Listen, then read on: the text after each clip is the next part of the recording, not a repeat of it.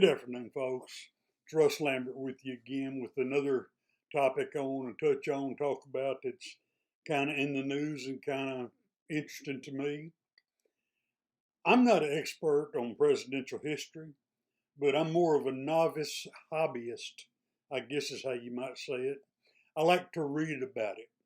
I like to read about the history of our past presidents.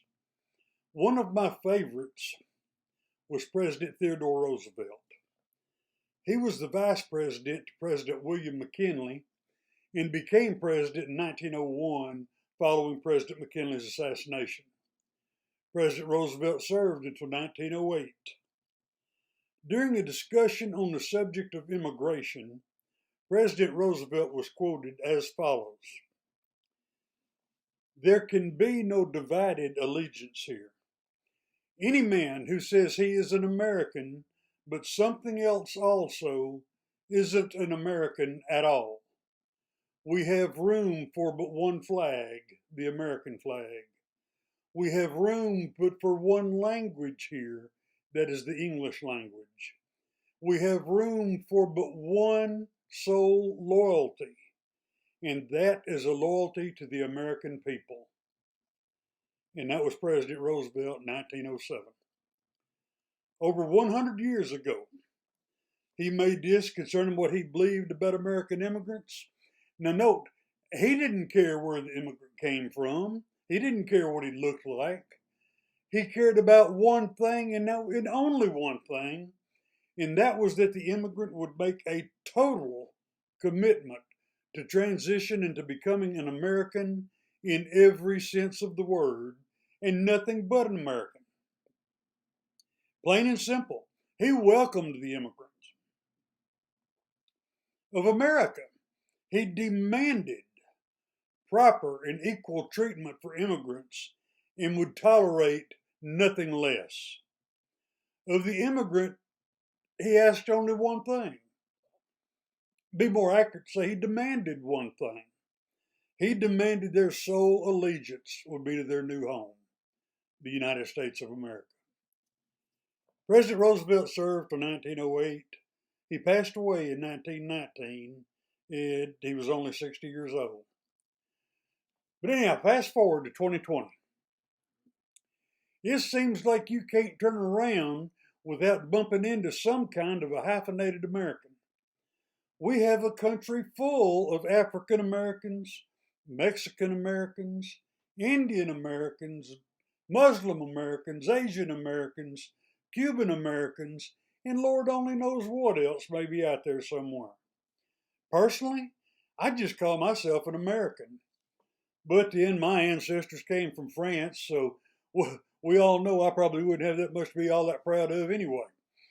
But there is a common denominator, and that is American, and that should be the bottom line. I'm not opposed to immigration. In fact, I'm a supporter of immigration done right. My support for President Trump's wall is not for the purposes of saying stay out. It says use the door. For the immigrant to America, I have no issue with people who have pride in their past, a sense of pride in their heritage. I think that's a good thing. But the refusal to leave the past in the past is where the problem comes in. It's inconceivable to me to think that I could decide to leave my home in Texas and immigrate to, just grabbing a place out of the air, let's just say I immigrate to Pakistan. And then as soon as I get there, I rebel against their form of government. I start throwing rocks at law enforcement and at the military. I set fire to buildings. I plunder the marketplaces and steal and loot. It's just plain stupid. And it would be stupid on the part of Pakistan to tolerate that conduct out of me. I guess in that circumstances, people might call me an American Pakistani.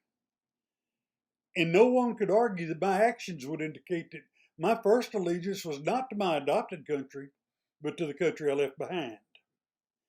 The government of Pakistan, if they had any sense at all, they would either A, kill me, or they would put me under the jail, or they would deport me so fast my head would spin. You know, I listened to a man talk here recently, and I didn't talk to him about quoting him on here, so I'm not going to put his name out here or his picture, but I'm going to paraphrase just what it was he said. And he told me, he said, don't call me no African American. I'm an American. I was born in Oklahoma City. That's in America. I wasn't born in Africa. I ain't never been to Africa. I don't speak no African. Hell, I'm black, but since I was born in Oklahoma, I guess that makes me a Native American, don't it? And then he laughed. He said, put that in your peace pipe and smoke it. Oh, well, be good to one another. Till next time, God bless.